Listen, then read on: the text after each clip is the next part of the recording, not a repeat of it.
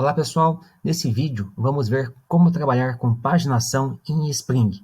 Para isso foi feito um pequeno exemplo, cadastrando alguns alunos, no total de 19 alunos, via arquivo data.sql. Então são 19 alunos pré-cadastrados e aqui embaixo aparece a numeração da paginação, sendo que esse template, essa aparência, foi pego do Materialize. Então está pronta nessa aparência, onde temos as numerações, aparecem nesta configuração, aparecem apenas 5 páginas por vez, né? Se eu for aqui para o 3, aparece de 1 a 5, nesse caso, porque há dados suficientes para aparecerem 5 páginas. Se não houver, vão aparecer menos, certamente. E cada página foi configurado para ter apenas 3 elementos. Não, o default é 20, né? Geralmente tem 10, mas nesse exemplo aqui, defini apenas como 3 elementos para cada página, tá? Então, a seta à direita, ele avança uma página, vocês podem ver ali pela barra de status ali embaixo, que aparece o link. Então, eu estou na página 2, se aparece o WhatsApp ali. Tá? Se eu passar o mouse em cima da seta direita, vai para a página 3, né? E ali, a página anterior, página 1. Tá? Então, a rota que é enviado é a paginação, então uma rota nova que foi criada para esse exemplo. E também estes alunos, eles já aparecem ordenados, mas não ordenados por ID nesse exemplo, mas sim pelo nome. Tá? Então, Bebeto vem antes de Henrique, de Jorge e assim por diante. Vamos ver no código como isso foi implementado. Então, isso foi implementado no Student Controller. Deixa eu fechar aqui. Então, o Student Controller foi criado um novo get para paginação, justamente esta rota que está sendo utilizado, sendo que ele recebe alguns parâmetros. Nesse caso, está só recebendo o identificador da página corrente, da página que ele quer visualizar, que o Spring trabalha com visualizações de páginas via esse page request, né, onde você passa a página, né, e o tamanho, né, o número de elementos que você quer que sejam retornados. Como eu falei, o padrão é 20, geralmente usa 10, mas no nosso caso a gente usará 3. Por que 3? Porque foi passado apenas um parâmetro page, só que a paginação ele trabalha com 4 parâmetros geralmente. Mas como os outros size, order e direction não foram passados, aqui no request param são atribuídos os valores default, no caso é 3. A ordenação vai ser realizada pelo name, esse name é um atributo aqui do student, né, que é o objeto de domínio a qual está sendo utilizado para fazer o find all. E o direction será a ordem, se é crescente ou decrescente para fazer a ordenação. E aqui está como ascendente, tá? Tá como padrão, ou usa desc ou ASCII, beleza? Então, o page foi o único atributo passado, portanto, vai subscrever o valor default, né? Caso eu chame a rota sem nenhum parâmetro, apenas paginação, ele vai usar a paginação 1. Outro fato interessante, que a paginação aqui na visão começa em 1, mas só que no Spring começa em 0, tá? Então tem a página 0 no Spring, tá? Por trabalhar com vetores, né? Tudo em Java, tudo começa em 0 quando se trata de listas. Então, por conta disso, eu uso o -1, né? Para forçar ali o Spring também a trabalhar com 0, tá? Passo o size no page request e aqui os atributos de ordenação. Se você não quiser os atributos de ordenação, basta passar apenas esses 2 primeiros parâmetros. Tem uma assinatura do off para isso. Então, com 2 parâmetros ou com 4 ou 3 parâmetros. Então, aqui ele vai vir ordenado pelo nome de forma ascendente. Então, esse page request ajuda muito a trabalhar com paginação com Spring. Então, você cria um page request e lá no find all, via repository, né, que tem o Student Service, mas o Student Service ele faz uma camada sobre o repositório. Então, tem o find all do service, que vai chamar o find all com page request do repository. Então, tem uma assinatura, certamente voltando lá, certamente esse repository repository vai ter que estender o JPA repository, que estende a interface que suporta a paginação e ordenação, né? Se você estender uma classe de mais alto nível, você não vai ter acesso a estes métodos. Por isso que é importante sempre estender o JPA repository, para ter acesso a todos os métodos. Tá feito isso, então, esse find_all já não vai mais retornar todos os estudantes, vai retornar apenas aqui ao número definido pelo size e referente à página passado para ele também de forma ordenada. O resto continua igual o find_all, já apresentado em próximos em vídeos anteriores, tá?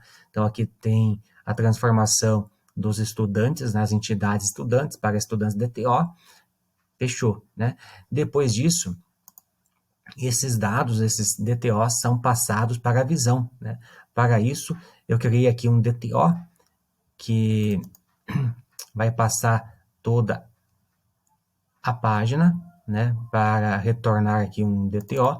Então, via esse Student Page, ele recupera alguns dados aí importantes, total de páginas existentes, que esse page possui essas informações. Se eu fizer um page ponto, tem o getNumber, que retorna a página corrente, o getSize, o número de elementos, o total de elementos. Uma coisa é total de páginas, então vai ter 5 páginas, mas o total de elementos são 100, né?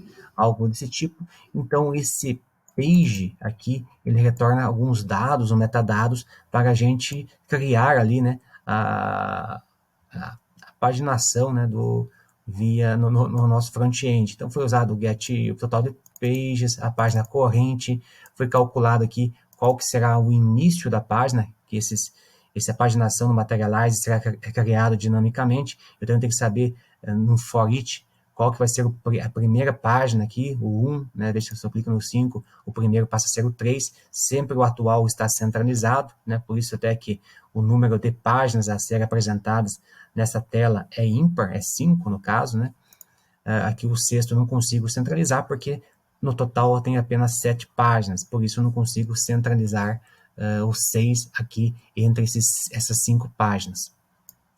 Tá? Então, tem o cálculo do início e o cálculo do fim, né? Qual que é o último número que aparecerá aqui na paginação.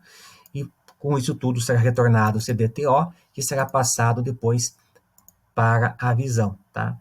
Então, será passado para a visão este DTO, e a visão será o list students. O list students vai desenhar a tabela, tá?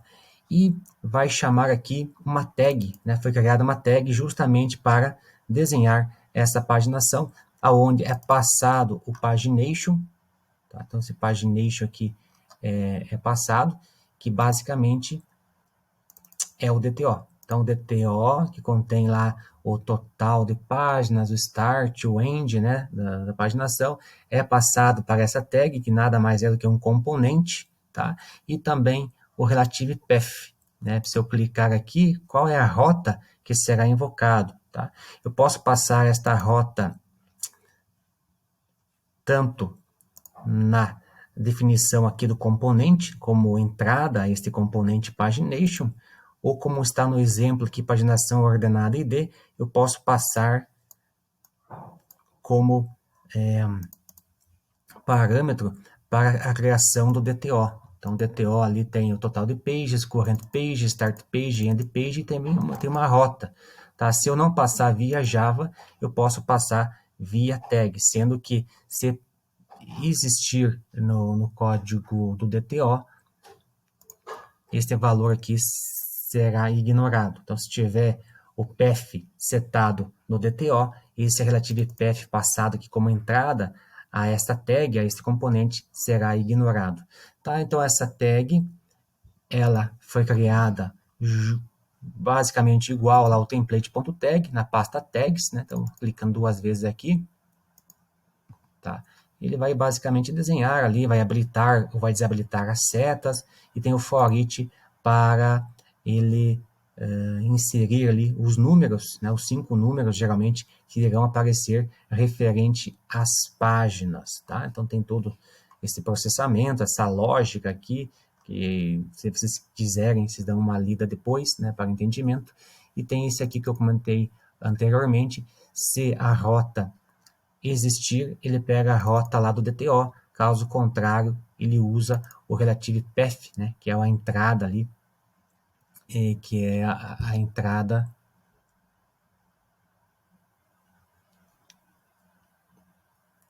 Acho que tá certo aqui, nulo.